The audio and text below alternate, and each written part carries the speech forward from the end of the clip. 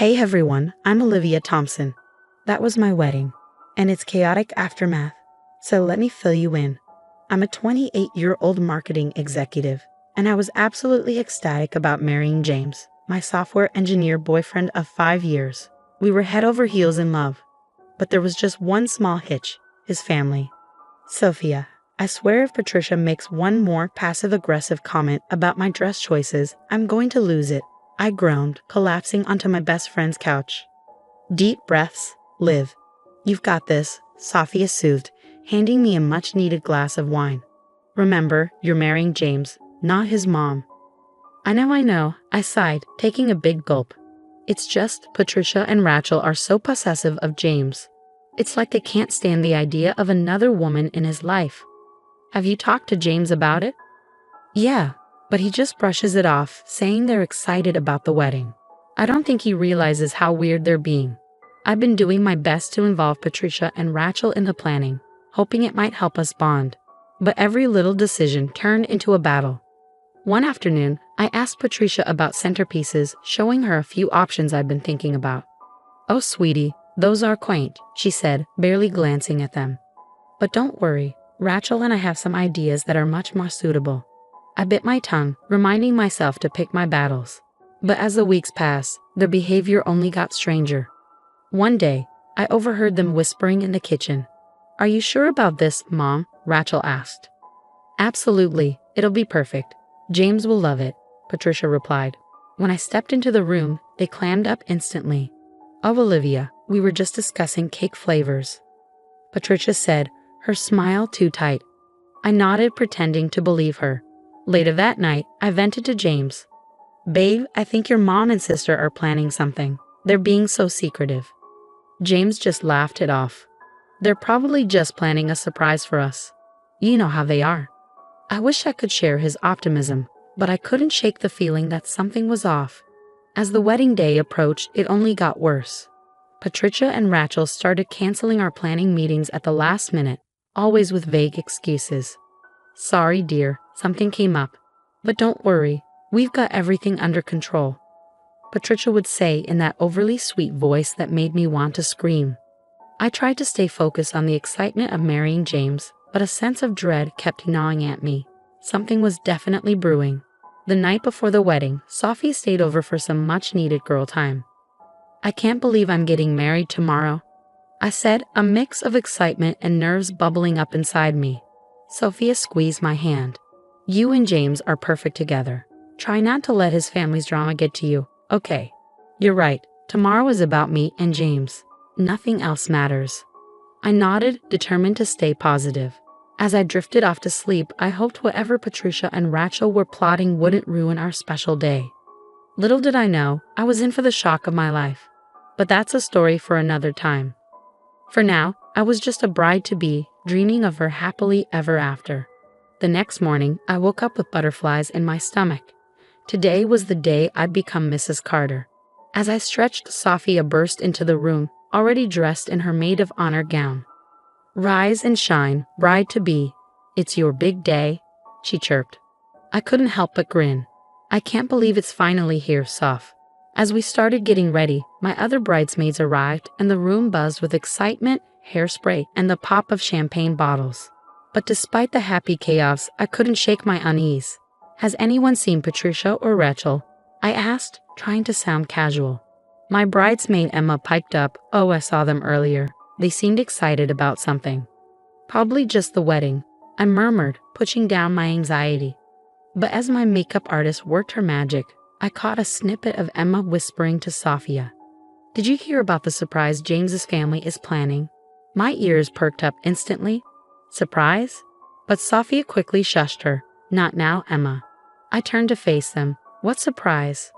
Sophia plastered on a smile. "Nothing to worry about, Liv. Let's focus on getting you ready." I nodded, but the knot in my stomach tightened as I slipped into my wedding dress. I tried to shake off the nagging feeling that something wasn't right. "You look absolutely stunning," Sophia breathed, her eyes wide with admiration. I smiled at my reflection, pushing my worries aside. This is my day, I told myself, and nothing is going to ruin it. The ceremony began, and as the doors opened, I saw James waiting for me at the altar, looking as handsome as ever. My heart swelled with love. But as I started down the aisle, something caught my eye, two figures standing near him. My steps faltered as I realized it was Patricia and Rachel, both wearing white gowns that looked eerily similar to mine. Whispers rippled through the crowd, and my pulse raced. I locked eyes with James, who looked as shocked as I felt. The minister cleared his throat.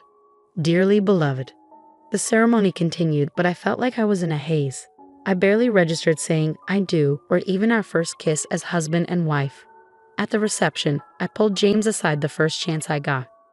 "Did you know about this?" I asked, my voice tight. "Liv, I swear I had no idea," he said, wide-eyed. "I'm just as shocked as you are."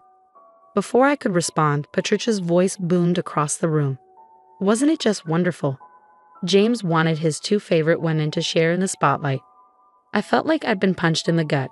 James started to protest, but Patricia steamrolled over him. "Oh, sweetie, don't be modest. You told us how much you wanted us to feel special today, too." Rachel chimed in, a wide grin on her face. "We're practically sisters now, Olivia. Isn't it great?" I stared at James, silently pleading for him to say something, anything, but he just stood there, mouth opening and closing like a fish out of water. Sophie appeared at my side, gripping my arm. "Let's get some air, Liv." Once outside, I finally let the tears fall. How could they do this? How could James let them? Sophia hugged me tight. "I don't know, sweetie, but we'll figure it out." Just then, my phone buzzed with a text from Emma. "OMG, you won't believe what I just overheard Patricia saying." I looked at Sophia, a mix of dread and determination washing over me. "I think it's time we did some digging. This isn't over." As we walked back into the reception, I plastered on a smile, pretending everything was fine. The party continued around me, but inside, I was already planning my next move. Patricia and Rachel might think they'd won, but they had no idea who they were messing with. The morning after the wedding, I confronted James in our hotel room, my emotions a swirling mix of anger, hurt, and confusion. "James, we need to talk about what happened yesterday." He sighed, running a hand through his hair. "Liv, I'm so sorry. I had no idea they were planning that." "But your mom said you wanted it, said you wanted your two favorite women in the spotlight," I replied, my voice dripping with sarcasm. "That's complete bull. I never said anything like that. I'm as shocked as you are." I wanted to believe him, but doubt nagged at me. "Then why didn't you say something at the reception?" "You just stood there." I was in shock. I couldn't believe my own mother and sister would do that, he said, looking miserable. I paced the room, my wedding dress lying in a heap on the floor. "This isn't just about the dresses, James. It's about your family constantly undermining our relationship." I know, he said. "Look, let's cancel the honeymoon. We need to get to the bottom of this." I nodded, already texting Sophia. "We need to start digging." Over the next few days, Sophia and I turned into amateur detectives. We scoured social media, looking for clues. "Look at this," Sophia said one afternoon, showing me her phone. It was a cryptic post from Rachel. "Operation Whiteout is a go. Mom's genius plan is foolproof." Operation Whiteout? Are you kidding me? I fumed. We dug deeper, combing through James's family's business records. Something seemed off. "James, can you explain these financial reports?" I asked, showing him some documents, his brow furrowed as he flipped through them. "These numbers don't add up. There's money missing." As we investigated further, a disturbing pattern emerged. Patricia and Rachel had been siphoning money from the company for months. "I can't believe this," James muttered, his face pale. Then came the breakthrough. Emma, one of my bridesmaids, forwarded me a series of texts she'd managed to screenshot during the wedding.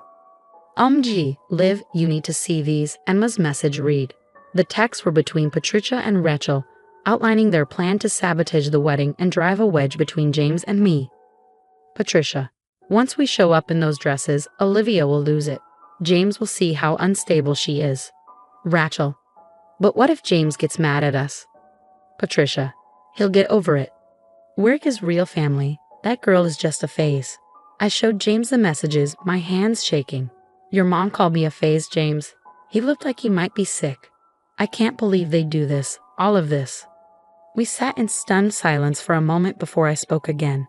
"We need a plan. We can't let them get away with this." James nodded, a determined look in his eyes. "You're right. We need to be smart about this. If they've been embezzling, we need solid proof, I said, pacing the room.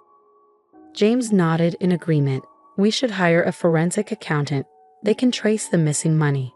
I grabbed my phone and called Sophia, putting her on speaker. Soph, we need your help. It's time to set a trap. Over the next hour, we pieced together a plan. We'd confront Patricia and Rachel, but not before gathering irrefutable evidence of their schemes. We need to get them to admit to sabotaging the wedding. On record, I said, feeling a mix of anger and determination. James reached for my hand. Whatever happens, we're in this together, right? I squeezed his hand back. Absolutely. They messed with the wrong couple. As night fell, we finalized every detail. Tomorrow, we'd start gathering the evidence. Patricia and Rachel were about to learn that their actions had consequences, and I was ready to fight for my marriage no matter what it took. The day of the confrontation arrived, and my stomach churned with anxiety. James and I walked into his family's home, a folder full of evidence tucked under my arm.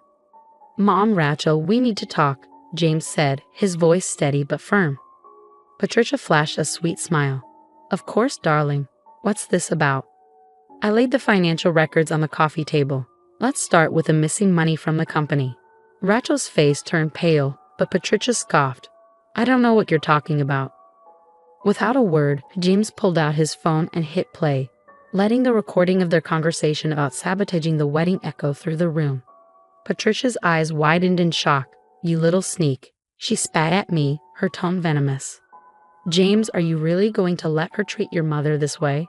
James didn't waver. No, Mom, this ends now. We know everything. Suddenly, Rachel broke down, tears streaming down her face. It was all Mom's idea. She made me do it. Patricia gasped in disbelief. Rachel, how dare you? The room exploded into chaos, with Patricia and Rachel turning on each other, hurling accusations like daggers. James and I stood there, watching in disbelief as years of manipulation unraveled before our eyes. Finally, James spoke, his voice thick with emotion. I can't do this anymore. You're both out of my life. We left that day with heavy hearts but clear minds, determined to move forward. A fresh start was waiting for us in Seattle. Over the next few months, I threw myself into my career, eventually launching my own marketing firm. James focused on healing and reconnecting with his father, who had long been overshadowed by Patricia's domineering personality. One sunny afternoon, James burst into our apartment, waving his phone in the air. Liv, you won't believe this. He showed me the news. The family business had collapsed due to the embezzlement scandal, and Patricia and Rachel were facing serious legal consequences. I hugged James tightly. Are you okay? He nodded, a mix of relief and sadness in his eyes. Yeah, I think I am. As our first anniversary approached, we decided to renew our vows. The wedding we should have had from the start. Surrounded by true friends and supportive family, we stood under a floral arch in our backyard. I gazed into James's eyes, feeling overwhelmed by how far we'd come. This past year has been a roller coaster, but I wouldn't change a thing. It showed us how strong we are together. James squeezed my hands, smiling warmly. I love you, Liv. Thank you for fighting for us. Later, as we danced under the stars, I spotted Sophia chatting with James's dad. She gave me a thumbs up, and I couldn't help but smile. We'd been through hell, but we had come out stronger. Resting my head on James's shoulder, I knew that whatever life threw at us next, we'd face it together, free of toxicity, stronger than ever. The story of Olivia and James has come to an end, but now I want to ask you, if you were in Olivia's shoes, would you have forgiven Patricia and Rachel, or do you agree with the decision to cut ties completely? Have you ever had to choose between forgiveness and protecting yourself from toxic family members? Share your thoughts in the comments below. Your experiences and opinions could help others facing similar situations. If you enjoyed this story and want to hear more like it, don't forget to hit the like button and subscribe to our channel. Your support helps us continue sharing these compelling stories of triumph over adversity. Thanks for watching, and we'll see you in the next video.